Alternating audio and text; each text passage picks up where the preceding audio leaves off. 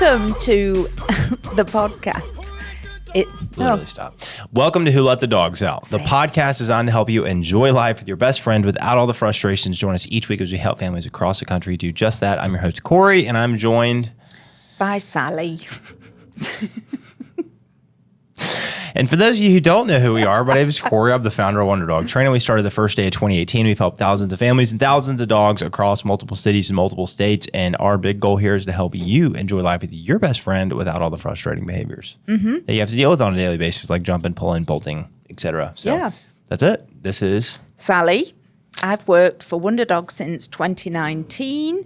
I'm administrator, so I'm on the phones. I help people get hooked up with their free transformation sessions where you meet this guy who tells you... Or a different guy. Could be a different guy. Or it could be a different guy, absolutely. But or mainly, a gal. Oh, we don't have a gal doing Courtney. I always forget about Courtney in Austin. I'm so sorry. Or a gal come out to meet you for a free transformation session. Or should we just say you would have a professional come out to meet you, talk about all your training needs, get you set up with training. Yeah, so that's what she does. She does all those bookings. I will say too, we if you want to, me and Sally are probably going to chit chat for like 5 or 10 minutes. If you don't want to hear all that and you just want to get straight into the meat and potatoes episode, I'd say like skip like 5 or 10 minutes, and then you can get right into the content of the show. But for those who maybe watch a little more often and you care, feel free to listen. I've got a feeling we're getting in deep water with that one. Oh. Do you think so? I was just saying, I imagine some people probably just don't care and they just want to hear what we're talking about. I wasn't saying it to be nasty or rude. I was being serious. Yeah, I do think like people, there are... if you don't want to hear about Sally's 60th birthday party that we had yesterday, don't listen. Yeah.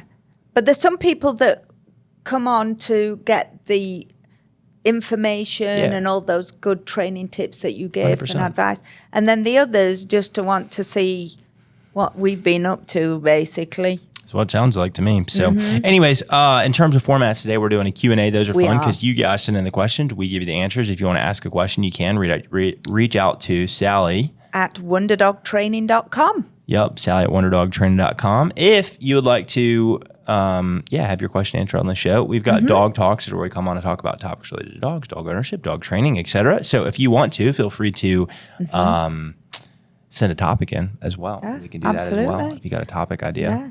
Are you going to tell them that we've got something coming up in August that's really fascinating? We got a cool interview coming up as well. We do interviews on the show too.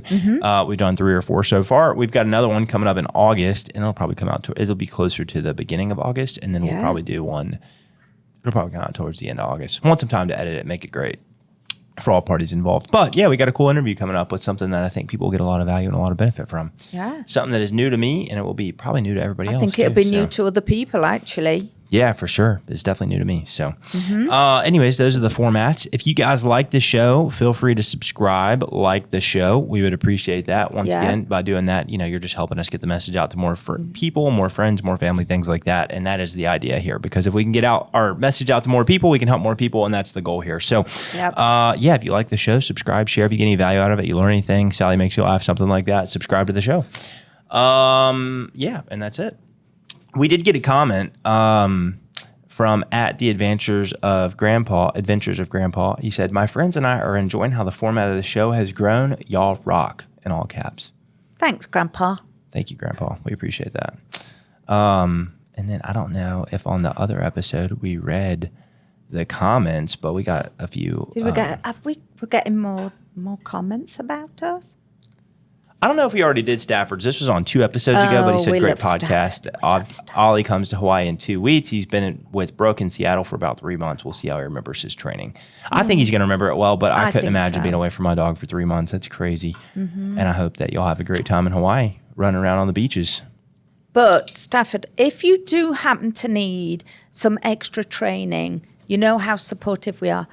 We'll come out. We will come out just for you. Yeah, just do some regression lessons. And honestly, Sally's willing to come out and do it by herself. It's the one job she has not done at Wonder Dog. She's done just about everything other than train dogs. Okay, trivia question of the week. And if you want the answer, stay to the end, and we'll remember to give it to you. But here it is. What breed of dog was once used to turn meat on a spit over a fire? There's a breed of dog that used to be used to basically turn meat over a fire. This is completely new information to me. I just learned it today, but it's very fascinating. I can't wait to tell you at the end of the episode. So if you want to learn what dog used to spin meat over a fire, stay with us to the end. We'll give you the answer. Okay. Well, we should tell the people your big news. Sully I mean, this will be about a week after the fact. It will. Yeah, when it comes out next Monday, I'll have been 60 I'll in 6 be days. 60 in a week. Yeah. Well, 60 in 6 days. So precise. Anyway, Sally just turned 60. She had her big 60th birthday, so we're very, very excited about that. Yeah. Do you know what we celebrated with? Fruit. Yeah. So for those of you who have been keeping up with the show, me and Sally have been on a carnivore diet. We were doing a 30-day carnivore diet challenge or whatnot, and it's been going pretty good, I'd say, for the most part. And anyways, this was day 22, I guess. Yeah, day 20.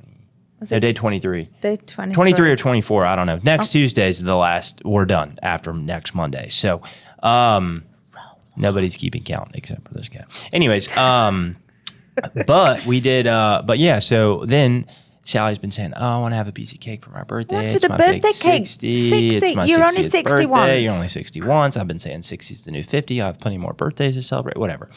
Anyways, I said no the whole time. You weren't going to have any cake because I kept saying no cake. I didn't get a cake. And then yesterday I was sick. I had a little bit of a fever. I was You were delirious. You were not delirious. I was a little delirious, and I said, "Have you some birthday cake today?" You deserve. As soon as she clocked out, guess where she went? She went to Walmart to buy a cake. And in my delirious state, I gave her permission to eat a cake for her birthday. So I was only going to have a slice, for goodness sake. and I was like, well, if you're going to cheat on it, then I should do it too. So I brought some fruit over to Sally's house, and we celebrated her birthday with some fruit. With fruit. Did you end up having any cake? No. I didn't. Zach have cake? Oops. No. Really? It's still all in, yeah. Wow. We didn't yesterday we were just it. fantasizing about different types of cake we wanted to eat. So, yeah. Yeah. But previous to that, on the Sunday, you and I were like, I need fruit. Yeah, it We is. needed pineapple. Getting a little rough out and here. Watermelon. Oh my God. And strawberries. I thought about texting you this morning, being like, let's just add fruit back in permanently. I could eat like that forever. I could eat meat and just fruit forever, and maybe some veggies every now and then. But I don't really. Do you know that fruit last night? That was my dinner. Oh, really? Yeah. I mean, we did eat a lot of fruit. I bought a lot of fruit. We did from eat Walmart. fruit, and I was so I didn't expect you to eat as much as you did, to be honest. Because you normally have like a bite or something. You have like a little bite here, a little bite there, and maybe you're done. But no, me and you went to town on that fruit. We did. Yeah, it was really and good. I was so happy that you bought 2 of the pineapple. Yeah. Yeah, So we good. just scoffed that down. I was so content that it was like, yep, I'm done. This morning I was talking to somebody, and I took a few weeks off of like social media and Instagram and stuff, and I got on it on a Sunday or whatnot, and I deleted it again because it's super unproductive for me, and it's fun, but it's just not very productive, and I don't know, it doesn't really add much benefit to my life. But I told the guy I was talking to this morning, I was like, it's kind of like eating pineapple after you've been on carnivore for 3 weeks. It's just like like a little refreshing. You're It like, was so yeah, it was so good. So yeah, well, Can I tell you what Sully's done this week? yeah, go ahead. I'm not a happy camper. He brought a frog in his mouth. It was disgusting. And he wasn't going to give it up. That is disgusting. Yeah. He's gonna get warts on his tongue. It probably beat on him. God, I don't care. I don't like frogs. I don't like snakes. I don't like lizards. Any of those things. Turtles freak me out, how they just poke their head out. But he brought in, I was watching him and I saw his little head keep going like this. And I thought, oh no, my worst nightmare. And then, of course, I shout him in, but I didn't notice that he'd actually picked it up. But he followed the command and came in. So I'm like, oh, good boy, good boy. But I knew something was wrong when he Ran past. He avoided me, ran all the way around, got on his cot. I'm like, He's got something. he's got something. And he dropped it, and it was teeny tiny. And I'm like, oh no. And I'm like, leave it. While I have to go grab her because I ain't going to pick it up. So I got poor little frog. So he picked it up, spun around, sat down, blobbed it out again. So I thought, I've got to be a step ahead. So I got the grabber ready. And as soon as he dropped that little frog, I grabbed it and then I wheeled it and took it outside. Wow. That's crazy. You know how you always talk about Sully's turtle? Yeah. Well, this week I saved a turtle in the middle of the road, and it was a big turtle. Was it was like this big? big. Yeah, it was huge. It was a big old Wow. turtle. Yeah, so I was driving back home from Shelby Farms one day with Mia one morning, and there's this turtle in the road, and I like stop. I technically drove over it, but like it was in the middle of my truck. I didn't hit it. And so then I stopped in the middle of the road, and we're on a 2-lane road. And then this BMW is behind me, and they stop or whatnot, and they see the turtle. And then I'm like, well, I can't just stop here. So I drive down, turn around or whatnot, and he had seen it, and the car behind him had seen it too. So they both avoided the turtle. So then I drove back real fast, got to the turtle, and then I just like brought off to the side of the road. Pick it up? Yeah. Couldn't pick it up. It felt good. Good. But then this morning I saw a turtle trying to cross Germantown Parkway. Got no chance. That's like playing Frogger on the game, isn't it? Unfortunately, it did not last because I went to Starbucks. Then after I got Starbucks, I turned around to go to Shelby Farms. And it was poor frog. no he was more. gone. He was gone. Yeah. Poor baby. Yeah. Yeah. Anyways. Could you imagine Sully trying to carry one of those great big huge turtles in? He'd probably try. Oh, he'd try? Yeah, he'd probably try. Oh, gosh, that boy would try. Yep. He's so cute. Yep. Anyways. Too cute. Shall I ask you some questions? Let's do it. Okay, let's do it. Okay. I've even got a bonus question. Bonus? I've got 3 questions for you, really. Okay. And then the bonus. Hit me. So we're going to talk about swimming. Mm-hmm. We're going to talk about vocal puppies. Okay. And sleeping in the bed. All right. Okay. And then I'm not going to tell you what the bonus is. All right. Okay. So first one is somebody asked, because of course I was talking about Sully swimming, and they said, how young can a dog be for starting to swim? I'll be honest, I have no clue. Okay. I have no clue. I've never thought about how young a dog can Yeah. swim. I imagine, you hear about like the puppy paddle or doggy paddle or whatnot, so I don't know. I imagine they're probably born knowing how to do that. I don't know. I have no clue, actually. I've never looked into That's that. interesting, isn't it? That's a good question. Let's Google Good question. Let's do a Google. Oh, it's going to Google. Googling. What would we do without Google? What do you think? What do you think the answer is? I would say 3 months. Let's see. Dogs can start learning to swim at any age, but it's generally recommended to introduce puppies to water as they are around 2 to 5 months old. This is typically when they have the necessary strength and coordination for swimming lessons. Cool. And for some dogs might be ready for water as young as 8 weeks, while others may take longer to build confidence. I think that's kind of what I meant whenever I said I think they're born not to do that. I wouldn't like take a puppy fresh out of the womb and pop them in water, but like figured they'd probably be able to doggy paddle to some degree at like 6 to 8 weeks or something like that, you know. Cool. But yeah, I don't know. I'm trying to think of the youngest dog I've ever taught how to swim. I probably taught Mia to swim, and she's around 6 months. I got this video, a bunch of these old videos of us at Shelby Farms, like tossing the ball in the lake and letting her like run out and go get it and stuff. And I had her on a leash at first because I didn't know, like a long leash, because I didn't know if she would. She'd just swim out into. Yeah, we started real slow though. I'd throw it in. She'd take a couple steps in. Then I'd throw it in a little further, a couple steps in. And then we just did it to the point where she'd like go out in there and actually get it and stuff like that. Now she loves the water. Oh, I know. I've seen her. Yeah, now, you know. Yeah. But yeah, that makes sense. Yeah. Oh, from there 2 we to go. 5 months, I This guess. could be a new branch to Wonder Dog. Wonder Dog swim lessons. That probably is a thing. I imagine there's a lot of people out there that want their dog. I've taught a number of people's dogs to swim every year. They want to get an extra lesson or something and have me swim in their pool for an hour and put me in a bathing suit. Yeah, I'm fine doing that. That's fine. Train your dog how to go swimming. There we go. Most dogs, after you get them used to it, kind of like it. But those first few times getting them in the water, they're like, well, it's a little doing it. daunting, isn't it? Daunting. Yeah. We just talked about Sully a few episodes ago, but I pulled him in the pool and I didn't think he was going. And then I didn't think he was going in either, but he went in. Surprised he hasn't started getting in by himself. No, he's waiting for trainer man to come back and do a second lesson. Yeah, I was going to come over this weekend. I just didn't end up doing it. That's okay.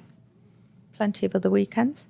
Okay, this is a fun one. All right, go ahead. Because we know all about this. You might hear it in the background as well, but my husky is very vocal. Should I correct this, or Is there a way of encouraging it at times when it's okay?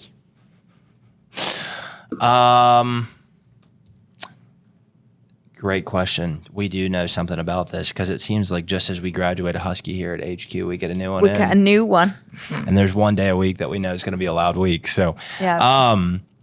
overall, I mean, we do love Huskies, and always, I have a Husky joke. I actually like training Huskies a lot. I think my Husky joke is, if you train 10 labs, or like all of them are going to be the same. If you train 10 Huskies, all of them are going to be different because they're very unique animals. Compared to most dogs. In terms of the talking and Huskies, I don't know why. I was wondering this the other day, why are they so vocal in the first place? Like, they are probably the most talkative breed by far, Yep. And then, they just talk. They just yap and make noise. We were saying earlier, weren't we? The Husky that we've got in today, when he's doing his vocalization, it sounded like he was saying hello. Because he goes, hello. Ooh. Yeah. So anyways, but I would say it depends. Yeah. I mean, if you don't like them doing it, then correct them. Correct them for doing that. When people ask me about barking, sometimes when I'm doing these appointments with people, transformation sessions and stuff like that, people that have problem dogs, not problem dogs, but people who have problems with their dogs barking. Yeah. They always phrase it in not so many words. They are basically, the sentiment is, I want them to bark when I want them to bark, but I don't want them to bark when I don't want them to bark. Absolutely. And it's like, I don't think you really, like, even if you got your dog to stop nuisance barking, I don't think they're going to stop barking if a random person walked on the property or knocked on the door or something like that. They're probably still going to bark. Same thing with the Husky. So even if you correct the Husky for, I guess it depends on the correction, but if you correct the, Husky in an appropriate manner for doing something that you don't want them to do or whatnot, I don't think you have a problem with your Husky still wanting to talk to you whenever the time's right. I don't think you have a problem with that at all. Cute. They're so cute. Hello, But yeah. lady. Hello. But yeah, Hello. because I suppose the talkative is a bit like the barking, isn't it? If you let them do it and then just tell them, okay, we're done now. A bit like the barking. Thank you for the alert. We're okay. I've got this. I did ask, why are Huskies so vocal? And here is the answer. Huskies are so vocal because they are bred to communicate in a pack setting, and howling, yipping, and quote, talking is how they do it. Here's why they're extra chatty. Number one, pack mentality. Huskies were bred to work in the sled dog teams where communication was key. Their vocalizations help them coordinate, express excitement, or signal issues. 2, high energy, high volume. They're energetic, intelligent, emotionally expressive. If they're bored, understimulated, or just excited, they'll tell you about it loudly. 3, human mimicry. Huskies, quote, talk back to the humans. Their vocal range and social nature makes them more likely to mimic the pitch and pattern of human speech. Interesting. Drama kings and queens. They're also just a bit extra. A Husky doesn't want to go in a crate or is mildly inconvenienced. It'll let out a full opera. It's part of the breed's charm or chaos. I love that. I'd say that's a pretty accurate description. I think so. Yeah. I mean, if I was just spitballing, that's probably what I would have guessed too as to why they do talk so much like that. I'll say it's a little bit too much for me personally. Yeah. I don't think I would love that, but I do think it's funny. Could you imagine having the training room with several Huskies at one time? No, I couldn't. I could not. Be like a day I've like. It'd be like, good luck, trainers. Oh dear. They're all chatting away with each other. Walk in and just see Jesse looking like a bum. How's it going today, Jesse? It's going okay. It's okay. That's bless her, Jessie. She's like, yeah, it's okay. Yeah, it's okay. we walk in with ear defenders. Yeah. Like, are you doing good, Jessie? Yeah, but what's funny though is all of the Huskies, like I'm thinking of like 3 in particular or whatnot that have like been here in the last few weeks, they all had their own unique thing to keep them quiet. Like, for example, like there's 5 dogs out there right now. Yeah. And if they were barking, you could hear it, trust me. But they're all being quiet. But if you've got the 3 Huskies, like one of them, if you put the dog on the treadmill, it would just be quiet. It would just walk. And like it would just walk. And so we'd have the dog on the treadmill, just throughout the day or whatnot, like periods throughout the day. The second one, the only thing that got that one to really quiet down was just being next to the dog and giving the dog human attention. Oh, and then Ethan loves that though, doesn't he? He really did. Ethan's he did like love that. The dog calmer. Yeah, he just goes sit over there. So for the whole day, basically. Yeah. And then the third one is just he hangs out in the bathroom sometimes, and like in downtime. He's out on the training floor too, but sometimes he'll just hang out in the bathroom as his doggy downtime or whatnot in between training lessons and stuff Less like that. stimulated out there. Yeah. Yeah. But those are all three unique ways that Yeah. you had to quiet them down. That's what I'm saying. All huskies are very unique. They are animals. very unique, got their own little quirky personalities. Yeah. I think they quieten down on the treadmill because you're actually engaging the brain, aren't you? Yeah. They've got something Well, to think about. That, but then too, if you think about what huskies were bred for, they're literally sled dogs. Literally So it's like they're walk. they want to walk. Want to and walk for miles. Be walking and keep it moving and stuff like that. And so I think they really like that a lot. I think so too. That's why I always tell people find, not only just an exercise to physically work out your dog, but find something that's like breed specific to the dog if you can. So if you get a husky, they like to walk. They like to pull things. So it's like find something in regards to that. There you go. Get a wagon. Put some weight in the wagon. Get them to pull. Literally. Yeah. Yeah, literally. Be happy as little camps, wouldn't they? Yeah. Did I ever tell you about, this was either when Snow Dogs or 8 Below came out, but I had a plan to run away as a kid. Did you? I was going to run away and move to Antarctica. Oh. I had a blueprint of how I was going to build my igloo. I was going to buy like 10 huskies and have a sled dog team down in Antarctica. And I had like a whole plan to run away and move to Antarctica and buy a sled dog team and build an igloo, and it's going to have multiple levels and tunnels. It's going to be great. It's going to be great. I could still draw the design of it to this day. That's how serious you were. I was very serious. Very serious. My Antarctica trip. Yeah, that movie, I just love that movie so much. And then there's a sport too called urban mushing, which is non-snow. But you get huskies to pull you around. Yeah. With the wind. Yeah, there we go. Be fun. It'd be fun. We could have the Wonder Dog Husky team. If there ever was an apocalypse. Oh my gosh. Get you a couple huskies. Yeah. Have them pull you around. Put me in a radio flyer. Yeah. Going down Germantown Parkway. Yeah. I will say that thinking about that makes me want to go back and listen to Jack London books or something like that on like The Call of the Wild or something. Oh my gosh. No, you need to watch the movie with, I forgot its name. I know what you're talking about. The Disney movie. Cried like a baby. Bet you did. So good. It's a true story as well, where he goes for medicine. Anyway, less of huskies. We can talk about huskies all day. Here's another one. Is it bad that my puppy sleeps in the bed with me? I don't necessarily think so. I don't think so. Yeah, I think there's pros and cons to both of them. I mean, I'll say this: Mia sleeps in the bed with me. Sully's in the bed with, the bed next to me. Yeah, I mean, yeah. Yeah. Where else would he be? Well, it's not actually like snuggled. Yeah, Mia doesn't snuggle up next to me either. She sleeps at the end of the bed, by my feet. Sometimes I wake up though, and I look over, and Sully is on his back with his head on the pillow. That is funny. It's the cutest thing ever. He is a cute pet fellow. He's so cute. But yeah, I don't think it's a huge problem. I think it's helpful to have your dog, crate trained and stuff. But if you like the dog sleeping in bed with you, that's fine.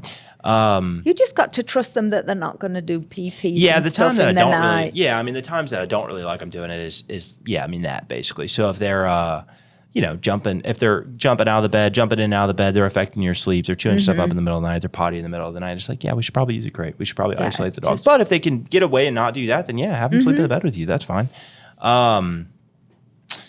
If it ever, caused issues down the road where they're, being possessive over the bed or something, I'd probably cut that off. Yeah. I don't think people like talking about this, but I think that having your dog sleep in the bed with you, despite me doing it, I do think it is disgusting. I think it's a disgusting thing. I think dogs are nasty creatures, and they okay. Would you ever wear your shoes in the bed?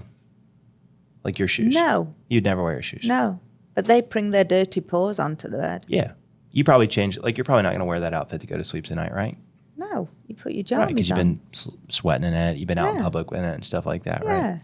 Yeah. But Oh, my other side, well, no, I suppose my side of the bed gets full of dog hair.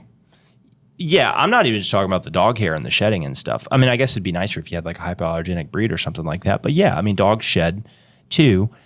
in between baths, they've got dust that's just stuck under their fur and stuff. Like one of the things I recommend to people that have dogs that shed a lot like Mia is like, hey, instead of brushing her all the time, just get like a grooming blower and blow the dog out. It gets all the loose fur out, but it also blows all the dust off their coat too, or from under their coat. They have a ton of dust on them. Yeah. They wear their shoes everywhere, like yard, mud, all the way everywhere in the house. If you take them out in public, if you go inside of a Petco or a Hollywood feed with them or something like that, everybody's shoes are there and they're walking on where everybody else's shoes have been and stuff. So overall, I think it's a pretty disgusting thing. Yeah. I think it's disgusting. But it's also, I do love it. I do love it. I love it when she sleeps in the bed. Sully's routine in the morning. Yeah. He comes, does some really good snuggling. Yeah. I think overall, if I had to pick between the couch or the bed, though, I'd probably have the dog on the couch instead of the bed. I mean, Mia can do both. I think she just got on the couch right now, actually. Yeah, she did. Yeah, I think if I was picking between the couch and the bed, though, I'd probably have the dog get on the couch, not the bed. Just because it is gross. Yeah. To be honest, Sully doesn't get on the couch so much. He will go on the couch, but it's not his favorite thing to do. Right. He spends more time either laying on the floor next to me or he's on his cot. Right. Which is good. But You remember the first time we tried to get him on the cot? Yeah, nightmare. On video? Went terrible. Yeah. It was terrible. I was like, scrap that. Yeah. Scrap that footage. That footage is terrible. Couldn't have picked a more unwilling participant if we tried. It's just like, trained thousands of dogs to get on dog beds. And this was the most difficult not one. Today, mate. Yeah, no, not at all. All right, let's do the next question. Okay, bonus question for you. A bonus question. Bonus. Okay. How long should a training session be with my dog? I think it depends on what you're doing. Like whenever we go out to people's houses and do lessons, I'd say they're typically about an hour or so, give or take like 5 or 10 minutes. But we're doing a lot of stuff like we're catching up on how homework went that week, kind of talking about what we're going to be doing this week. We train the dog, give the dog a break, train the dog again, break, train the dog again. Yeah. Especially when it's crazy hot, people. Especially when it's crazy hot. Yeah, so that's like the general format. But it's all like, quick burst, like doing something quick burst, do something quick burst. And so even whenever we're going out to people's houses for an hour at a time or whatnot, or dogs come up here, it's just quick to the point, stop. Quick to the point, stop. Yeah. Yep. And so overall, I'd say, whenever we assign people homework, we ask people to train their dog 20 minutes a day. We do. Some assignments you can do in 20 minutes. Sometimes it might be better split up into like 2 10s or something like that, depending on what the skill is. That's what I say. How tough it is. And things like that. I would say whenever it comes to training like puppies, you want to stop at like peak fun, where it's like the most fun possible and leave the puppy wanting more. So like puppy ping pong where you're calling the dog back and forth and stuff, stop when it's like peak fun. There's definitely like a point of no return where it's no longer fun for the dog or for the human. You want to stop way beyond that point. There are certain times where it is frustrating for the dog and it's frustrating for the human, but you need to work through those things. So you need to be able to kind of see the difference between where you've gone too far. Like the dog did a few really good reps and then you should have stopped then, but now the dog's doing bad reps. And so you like probably should stop, but you like want to go for another, like one more good one to actually end on a high note or something like that. Okay. So you got to be able to kind of see the difference between those two or whatnot. But yeah, I'd say overall, just quick to the point, make it fun. In terms of a time limit, I don't really know. I don't have like an exact time, probably 10, 15, 20 minutes, something like that. Maybe a little shorter. Yeah. I must admit, when I do talk to the families on the telephone, I'll say to them, we want you to do about 20 minutes, but you can break that up into little bite-sized pieces of time. Yeah, for sure. Yeah, absolutely. It just depends on the dog. And it does. Like I said, what you're doing, how the dog's doing. Different breed, different age. The weather. All those things you have to take into consideration, don't you?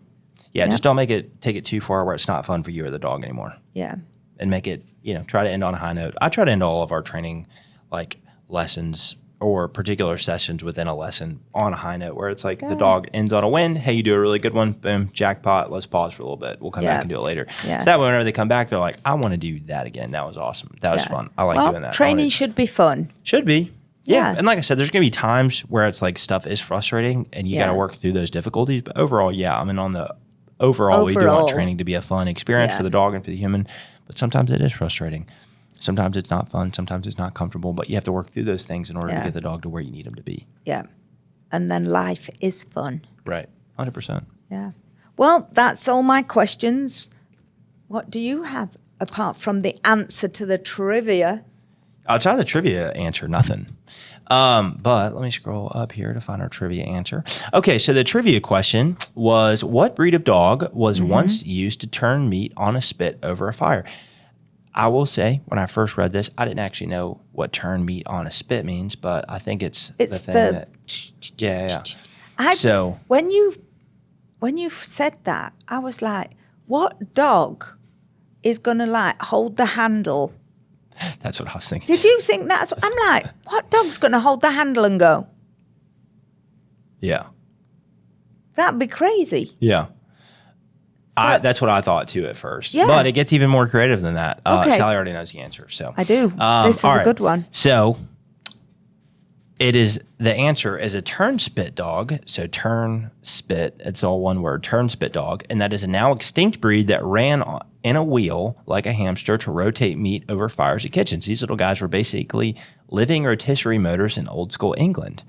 I was like, wow, I'd never heard of that. So I said, is that real? And I said, yes, 100% real and kind of wild. The turnspit dog, sometimes called the kitchen dog or underdog, was a real, now extinct breed used in the 16th and 19th century England. They were bred specifically to run inside a wheel that turned a spit over a fire, helping cook and roast meats evenly. They were small, low to the ground, and built for endurance rather than looks. And they were even mentioned by Queen Victoria, who reportedly kept one as a pet after the breed faded out. So, yep, it's legit fascinating piece of dog history. It makes a killer trivia segment. Do you think it's going to be like a terrier? I'm about to look up a picture. Okay. I think it's going to be like a terrier.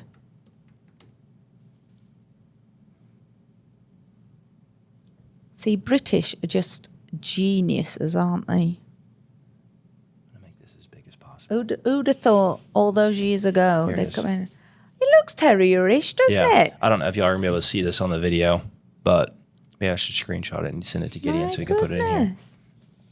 Look at its tail. Yeah, very interesting. Wow. I'm just thinking about that. Could you imagine that being your job? Like, you get pulled out of the kennel or something like that. And it's like, oh, God, I got to run on the freaking thing. There's several dogs, one dog's to the other. You're up, Bob. Yeah. Being like tapped in to have to go run on a treadmill or something. Today there's a banquet. There's several pigs that you're going to roast. That is interesting, though. Yeah, what a horrible job, though. Is it? Yeah. I mean, if they like to run, why'd they go extinct's my question. I don't know. Breeding. What do you think? Because I think it's because they're just... Maybe because they got motors or something like that to turn them. Well, that's one thing. Mechanical... Yeah, that's it. The turnspit went extinct mainly because technology and society evolved and they were no longer needed. And I bet... Man, that does kind of suck, though, dude. But I bet they were around all those years. I wouldn't be surprised, wheel. though, if they didn't start breeding with other breeds and then that became another breed and bred until eventually the bloodline is gone. I don't think it would say it's extinct if they bred them with other dogs. Yeah, but if they bred with another dog and then another dog bred with that and then they bred with that, soon enough the bloodline's gone, hasn't it? Yeah. I don't know. It says here, invention of mechanical spits, the 19th century clockwork and mechanical spit turners replaced no need for dogs to run. They weren't cute pets, apparently. Well, it doesn't look like the cutest dog. They don't look cute. Yeah. But if you think of a lot of the breeds from many years ago, they were all bred to do a job, weren't they? They weren't pets. It says some believe that bits of their genetics may still live on in modern breeds, like you were saying, like corgis or dachshunds. That's so small. But the turnspit dog is a distinct breed, is long gone. It is sad though, because it's like, I mean, I don't like animals going extinct at all. Period. Mm-hmm. Yeah, I don't like that. I mean, but I guess it's the natural order of things. However, I mean, they were used all those years, and it's like, oh, we just don't need you anymore. See ya. Thank you. Yeah, just don't need you. Well, anymore. it's like humans. Modern day humans, when machines and things are taking over and taking their jobs. That's what this dog had. Yeah, pretty much. Mm-hmm. I mean, we've already done a segment on AI before about AI not being able to replace dog trainers. I don't know if it can. Maybe it will. Maybe there'll be robot dog trainers. Yeah, I saw this video the other day, and it said, remember, once a blind man gets his sight, he'll throw away the pole that he used his whole life to guide him or something like that.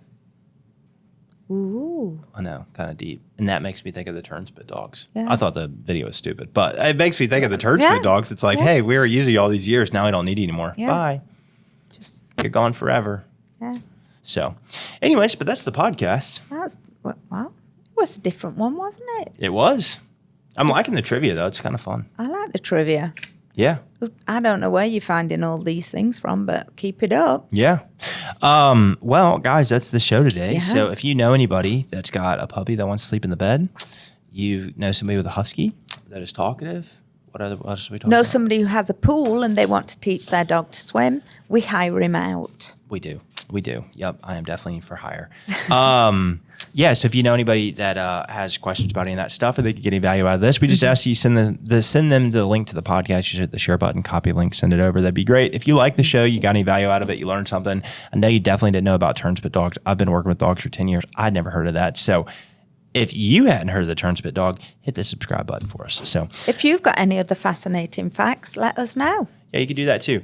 And if you want to interact with us, feel free to leave a comment on whatever platform, whether it be Spotify, Rumble, YouTube, Apple, wherever it is. We'll check the comments. So, guys, thank y'all so much. Yeah. Been a lot of fun. You got anything else? No? Okay. Well, we'll see you guys in the next one. time. Bye.